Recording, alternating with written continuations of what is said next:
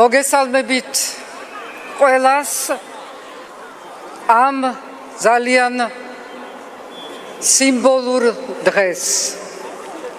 ზუსტად 34 წლის წინ საფუძველი ჩაეყარა თანამედროვე დამოუკიდებელ ქართულ სახელმწიფოს. 1991 წლის 31 მარტს ქართველი ამომრჩეველი 90-ზე მეტმა დაიბრუნა საკუთარი ქვეყანა. ხმა მისცა დამოუკიდებლობას, ხმა მისცა რუსეთის ოკუპაციის სამუდამოდ დასრულებას. დამოუკიდებლობის ხელახლა მოპოვება 70 წლის საბჭოთა და რუსული მონობის შემდეგ არც ადვილი იყო და არც ადვილად სარწმუნო საზოგადოებისთვის. მაშინაც უნდობლობა, უიმედობა, ორპირობა, კონფორმიზმი და საკუთარი ინტერესები აბრკოლებდა გათავისუფლების გზას და ბუნდოვანს ხდიდა გამარჯვების შანსს. მაგრამ მაშინაც იყვნენ საქართველოს მომავალსა და თავისუფლების გარდაუვლობაში დარწმუნებული მებრძოლები. და მათ შეძლეს ის, რაც ბევრს შეუძლებლად მიაჩნდა.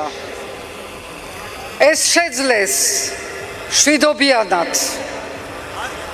რთული ნაბიჯი გადადგეს გამბედაობით და რწმენით. ვინ წარმოიდგენდა, რომ საქართველოს ასეთი უმრავლესობით, ასეთი ერთიანობით გაიმარჯვებდა, რომ საქართველოს ამით საკუთარ ნებას თლიათ გამოხატავდა. ალბათ მაშინაც იყვნენ ურწმუნოები, ვინც ამბობდა, რუსეთი არასოდეს დართმობს, რეჟიმი არასოდეს დათმობს და მაინც დაათმობინეს. ეს გამარჯვება მარტივი არ ყოფილა. ეს გამარჯვება იყო 1921 წლის ბრძოლების, 1923 და 4 წლის აჯანყებების, 1978 წლის 14 აპრილის ქართული ენის დასაცავად გამართული გამოსვლებისა და 1989 წლის 9 აპრილის მსხვერპლის შედეგი. სწორედ ბრძოლაში გამძლეობამ, ურყევმა რწმენამ და მეთაურების გამბედაობამ მოიტანა რეფერენდუმი. 9 აპრილის დამოუკიდებლობის გამოცხადება და შემდგომ 26 მაისი. საქართველოს ბრძოლა ყოველთვის უთანასწორო იყო. შიდა თუ გარე მტერთან, უცხო დამპყრობელთან, მაგრამ საქართველოს ყოველთვის იმარჯვებდა, რადგან წინ უძღოდა თავისუფლებისთვის მებრძოლთა მშვიდობიანი ჯარი. დღესაც ეს მშვიდობიანი ჯარი დგას რუსთაველზე და ჩვენი ქალაქების ქუჩებში. დგას და წინააღმდეგობას უწევს უსამართლობას, ძალადობას, დამონებას, დაპყრობას. დღესაც ასეა და თქვენ აქ მდგომი ზამთრის სიცივეში, წყლის ჭავლის ქვეშ, უსახო და უსულო მოძალადეების პირისპირ, შიშველი ხელებით,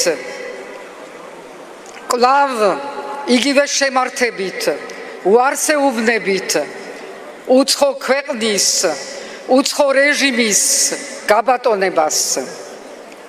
თქვენთან ერთად დგას საქართველო, დგანან ჩვენი ისტორიის ყველა დროის გმირები, დგანან 31 მარტის მოთავეები, ზვიადი და მერაბი და გვესმის მათი ძახილი.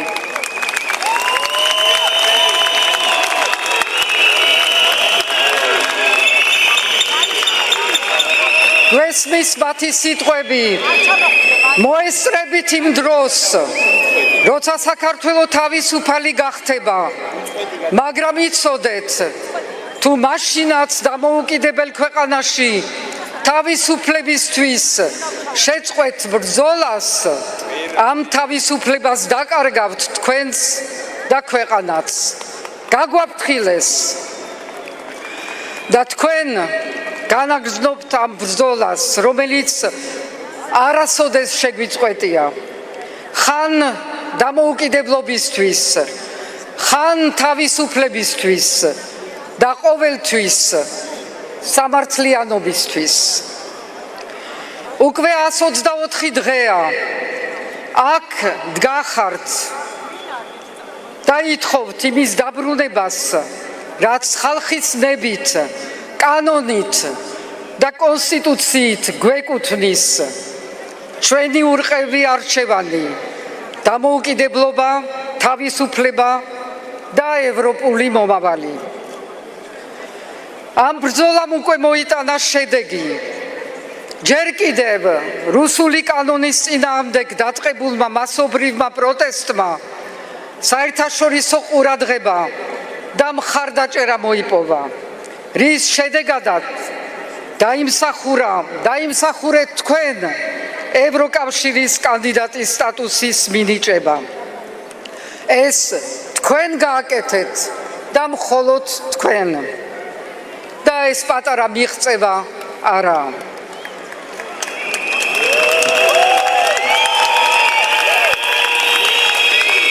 უწყვეტმა პროტესტმა მთელ მსოფლიოს გააგონა ჩვენი ხმა და აჩვენა საზოგადოების მობილიზება ახალი არჩევნებისა და ევროპული მომავლისთვის.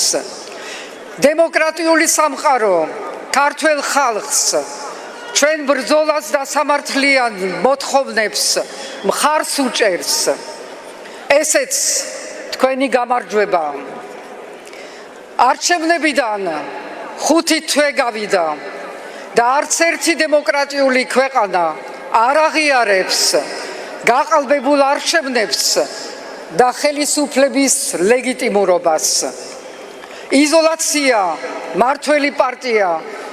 იზოლაციაშია მართველი პარტია, აქაც გამარჯვებული ხართ თქვენ, ისინი კი სადღაც ხელის ჩამორთმევას ცდილობენ. როცა ჩვენი პარტნიორები მაღალ დონის შეხვედრებზე ან პარლამენტთან წინაშე მიწვევით, მე და არა მართველ პარტიას მიწვევენ, ეს თქვენი მხარდაჭერის ნიშანია. თქვენი ბრძოლის აღიარება. მე იქ მხოლოდ წარმოვადგენ საქართველოს. ბოლო ვიზიტის დროს ჩვენმა ბალტიისპირელმა მეგობრებმა თქვენთან დამაბარეს ეს სიტყვები. ხალხს გადაეცით ჩვენი სოლიდარობა და მხარდაჭერა. ხალხსო,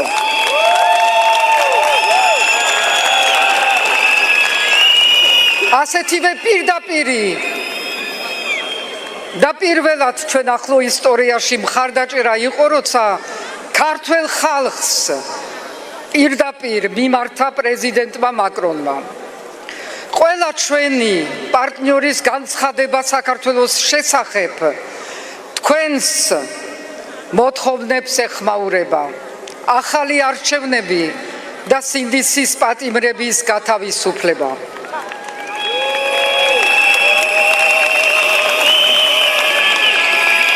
თქვენი დამსახურება ისიც, რომ მიუხედავად ბევრი სხვა მსოფლიო გამოწვევისა, საქართველოს სამართლიანი ბრძოლა მაინც რჩება დღის წესრიგში.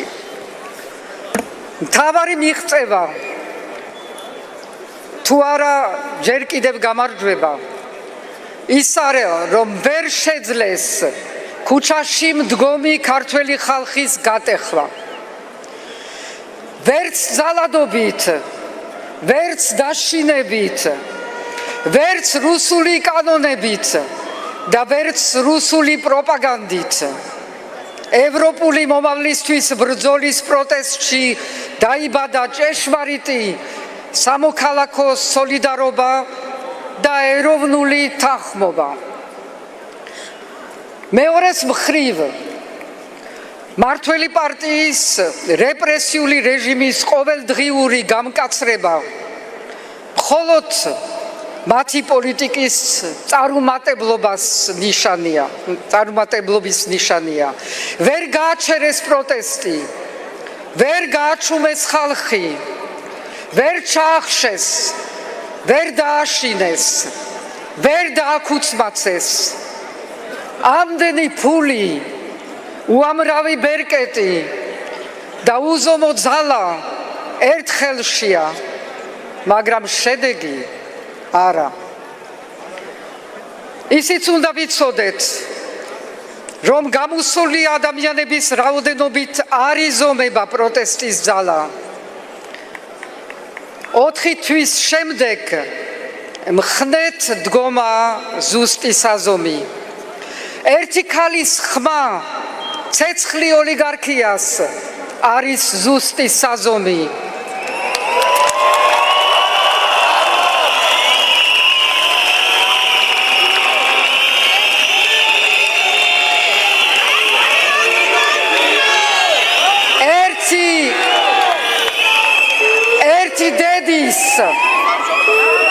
ერთი დედის შეუპოვარი და დინჯი გამძლეობა ნამდვილი საზომია.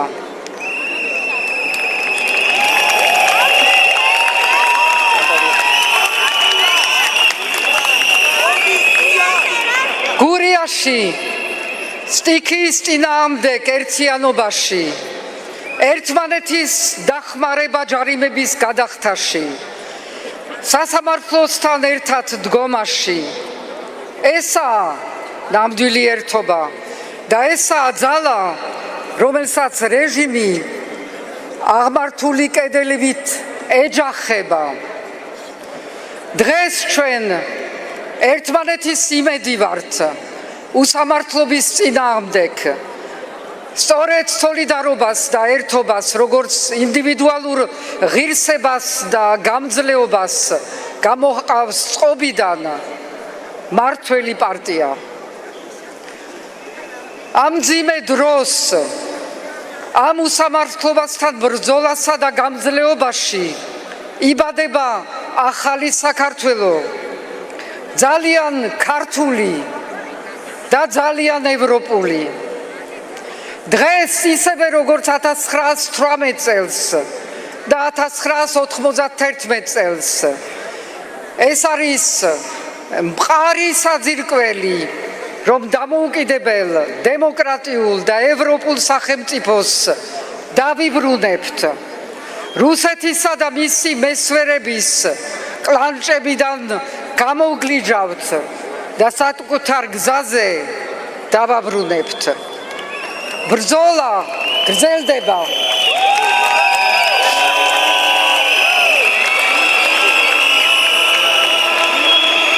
ეს ბრძოლა მართალია, რადგან მხოლოდ საკუთარ თავს ვეყრდნობით.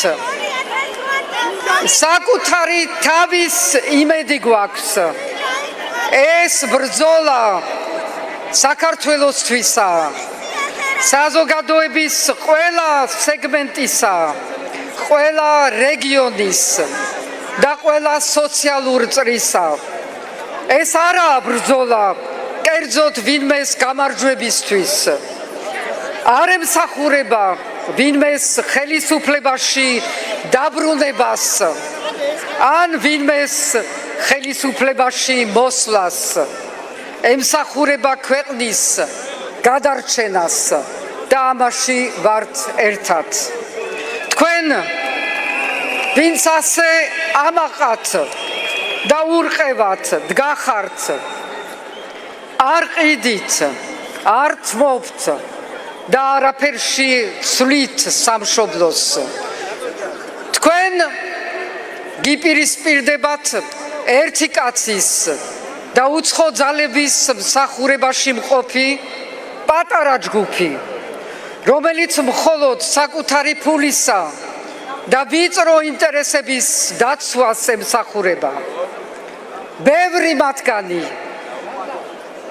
არა მხოლოდ ვერ აღიარებს, რომ რუსეთის საქმეს აკეთებს, არამედ ვერც ბედავს საკუთარი პოზიციის დაფიქსირებას და იმალება ყოვლის მომცველი რუსულ პროპაგანდის ლოზუნგის უკან, აბა ომი ხომ არ გინდათ.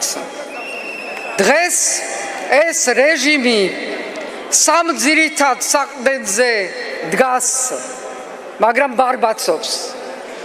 ერთი არის ოლიგარქის გარემოცვის ფინანსურ ინტერესებზე და ისინი კვებავენ რეჟიმს. მეორე რუსულ პროპაგანდისა და პროპაგანდისტების, რომლებიც ცდილობენ ხალხის მოტყუებას და დამორჩილებას. და მესამე რუსული ყაიდის ძალადობრივ სისტემაზე. მთავარ კითხვაზე, თუ რამდენ ხანს გაძლებს და როგორ დავამარცხებთ ამ რუსულ რეჟიმს, ავტორიტარიზმს, როგორ დავაბრუნოთ ქვეყანა ჩვენს მიერ არჩეულ გზაზე, პასუხი სწორედ ამ საყრდენების დასუსტებასა და ჩამოშლაშია. ეს არის არა ძალადობრივი ბრძოლის რთული, ალბათ გრძელი, მაგრამ საბოლოო წარმატებული გზა, რომელიც საქართველოს სამშვიდობოს გაიყვანს. ჩვენი ძალა მშვიდობიანი გზაა. მართლ პარტიას ძალიან უნდა გადაგვიყვანოს იმ გზიდან, ამ გზიდან ძალადობრივ ჭიდილში შეგვიყვანოს და ამით დაგვამარცხოს. ამის საშუალებას არ მივცემთ. კონსტიტუციური გზით, კანონის უზენაესობის დაცვით ჩვენ, ისინი არა, ვაგრძელებთ ამ უთანასწორო ბრძოლას. მეც თქვენთან ერთად და სანამ ლეგიტიმურად არჩეული პარლამენტი არ ჩამოაყალიბებს ლეგიტიმურ მთავრობას და არ აირჩევს შემდეგ ლეგიტიმურ პრეზიდენტს, მე ვრჩები ჩემი ფიცის ერთგული, ვემსახურო ქვეყანას, დავიცვა კონსტიტუცია და ქართველი ხალხის ნება და ინტერესი. მიზნის მისაღწევად საჭიროა ამ ბრძოლას ქუჩის პროტესტთან ერთად და მასთან შეჯერებით მიეცეს პოლიტიკური ფორმატიც. ამიტომ შევთავაზე და დღეს თქვენს წინაშე საჯაროდ ვაცხადებ, რომ შეიქმნას პროევროპული პოლიტიკური სპექტრის მონაწილეობით წინააღმდეგობის პლატფორმა.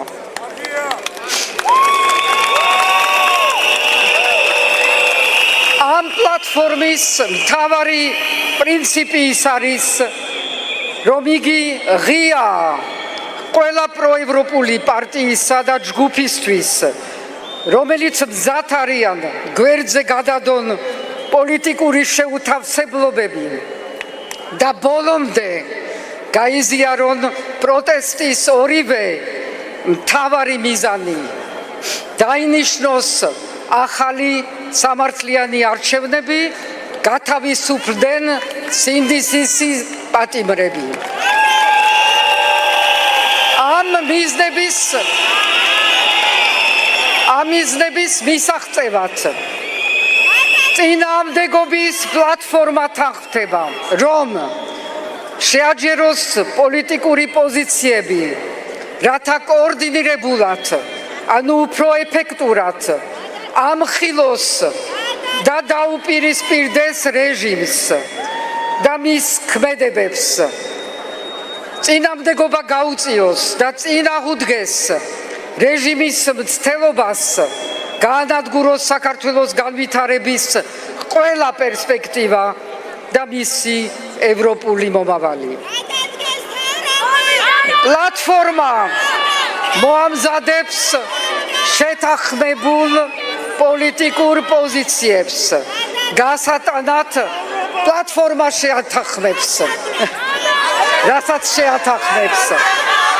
გასატანად ქვეყნის შიგნით და გარეთ კოორდინირებული პოლიტიკური პროცესი ნიშნავს იმას, რომ პრეზიდენტის ეგიდით შეიკრიბებიან პლატფორმის მონაწილე სუბიექტები, შეაფასებენ პოლიტიკურ გამოწვევებს, შეაჯერებენ პოზიციებს და შესაძლო ქმედებებს. ამის შესახებ საზოგადოება სრულად და მყისიერად იქნება ინფორმირებული და მჭიდრო კომუნიკაცია დამყარდება სამოქალაქო საზოგადოებასთან და პროტესტის მონაწილე ჯგუფებთან, რათა ერთობლივი სტრატეგია მიღწეული იყოს. წინააღმდეგობის პლატფორმაში მონაწილე პარტიები თანხმდებიან არჩევნების ახალ დასწასებელ პირობებზე და ხმების ერთიანად და ეფექტურად დაცვის მექანიზმის აუცილებლობაზე. მზადყოფნა არჩევნებისთვის მიუხედავად იმისა, როდის დაინიშნება ჩვენი მოვალეობა, მმართველმა პარტიამ ვერ უნდა შეძლოს და გაატაროს თავისი მორიგი სცენარი, მოულოდნელად დანიშნოს არჩევნები უცვლელი მოცემულობით და გაყალბების შესაძლებლობაც ამით შეინარჩუნოს. ჩვენი პასუხისგებლობა დროულად მოვემზადოთ და საზოგადოებასთან და სამოქალაქო სექტორთან ერთად დაუყოვნებლივ შევუდგეთ დამკვირვებლების მასობრივ გადამზადებას, რათა ერთიანად და ეფექტურად დავიცვათ ჩვენი ხმები. პარტიული საქმიანობა ამ შემთხვევაში უნდა ექვემდებარებოდეს საერთო ინტერესებს და წინააღმდეგობის გამარჯვების მიზანს. საერთაშორისო ასპარეზეც აუცილებელია მეტი კოორდინაცია. ამიტომ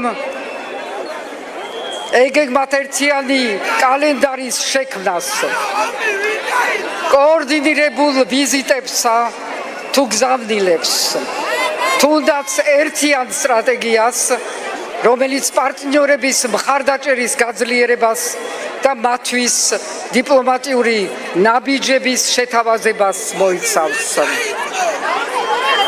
პარტიები, რომლებიც თანხმდებიან წინააღმდეგობის პლატფორმის მონაწილეობაზე, აღიარებენ ქართულ ქარტიას, როგორც ერთობლივი პრინციპებს და მხარს უჭერენ მას, როგორც სამომავლო პროგრამას, რომლის მეშვეობით საქართველოს დროულად დავაბრუნებთ დემოკრატიისა და ევროინტეგრაციის გზაზე. ახალი ეტაპი იწყება. ნუ შეგეშინდებათ, რომ თითქოს ხანდახან ბევრი ადამიანი არ დგას რუსთაველზე. თუ ვიღაც გაიყიდა, მოისყიდეს, თუ ვიღაც შთაგონებით, რომ თურმე მუხტი არაა, ლიდერი არაა, ჭორებს ავრცელებენ, რომ დაგვყონ და დაგვაპირისპირონ.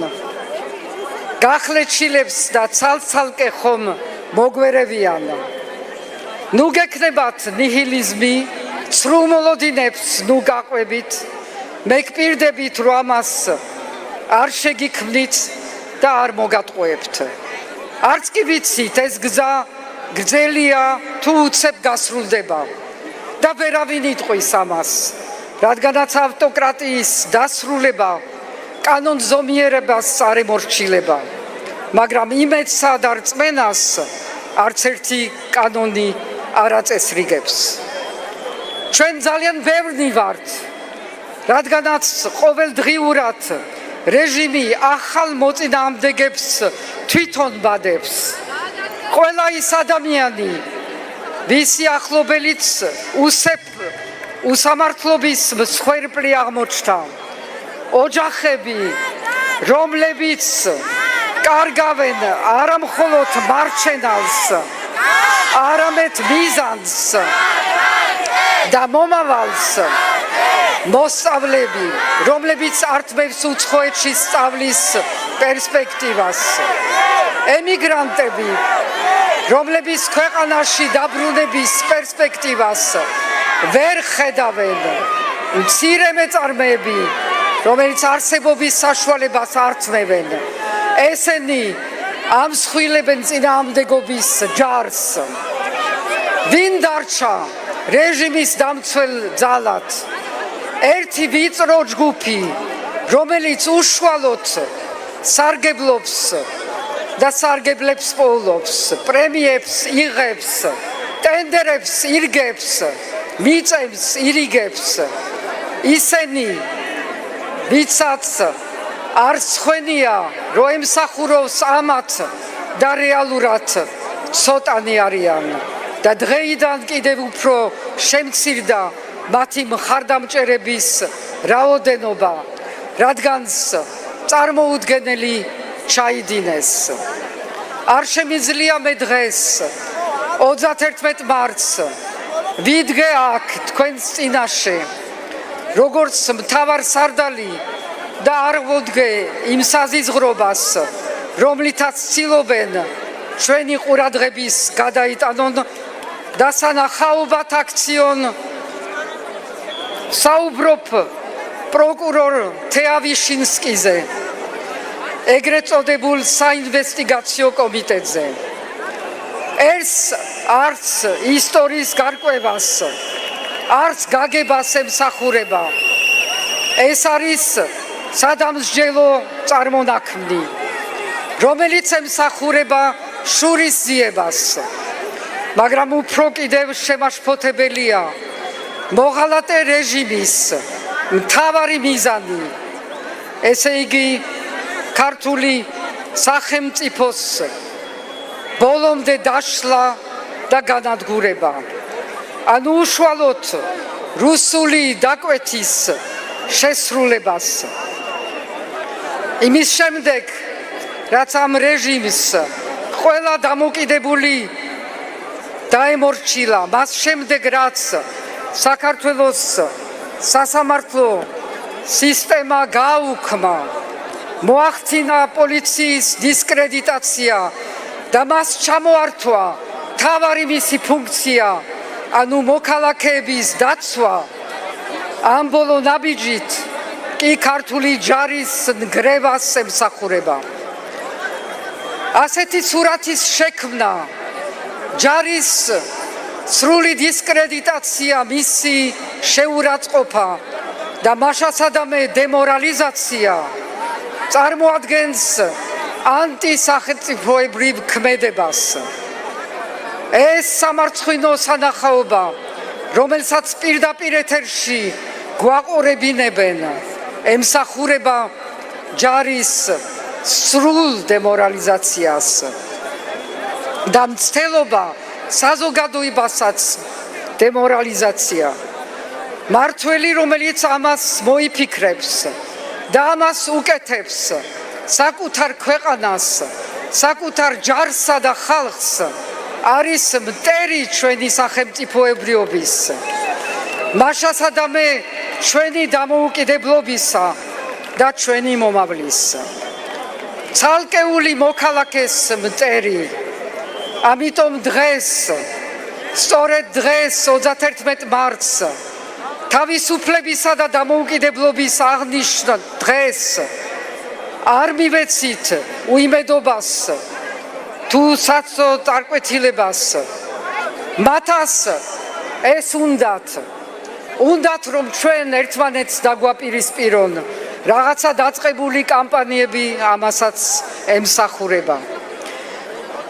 მაგრამ ჩვენ ვიცით, რომ ასეთი შიდა მოღალატებისა და გარემტრის ერთობლივი მიზნის შესრულებას ქართველი ხალხი არ დაუშვებს, გადაუდგება და მტერს არასოდეს გაამარჯვებინებს.